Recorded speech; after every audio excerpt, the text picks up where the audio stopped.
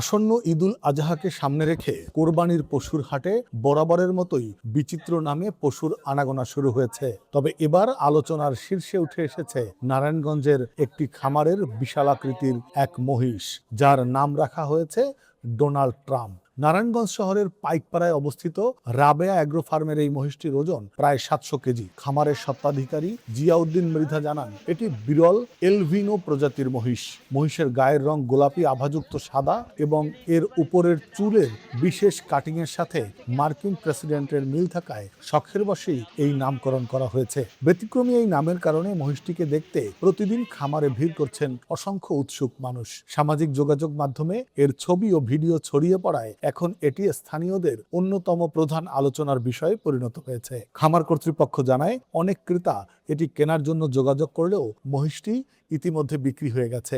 একজন শৌখিন ক্রেতা এটি অগ্রিম বুকিং দিয়ে রেখেছেন। খামারের কর্মচারীরা জানান, ডোনাল্ড ট্রাম্প নামে এই মহিষটির সম্পূর্ণ প্রাকৃতিক উপায়ে লালন পালন করা হয়েছে। প্রতিদিনের খাদ্য তালিকায় ঘাস, ভুট্টা ও ভুসির মতো সাধারণ দানাদার খাবার রয়েছে। শান্ত স্বভাবের এই মহিষটিকে বিশেষ নজরদারিতে বড় করা হচ্ছে। স্থানীয়দের মতে, কোরবানির ঈদ এলে পশুর হাটে ক্রেতা ও দর্শনার্থীদের আকর্ষণ বাড়াতে রাজা, সুলতান বা বাহুবলীর মতো নাম রাখার প্রচলন দীর্ঘদিনের। তবে এবার আলোচিত বিশ্ব নেতাদের নামে মহিষের নামকরণ করায় তা কোরবানির বাজারের প্রচারণায় নতুন মাত্রা যোগ করেছে বলে মনে করছেন তারা।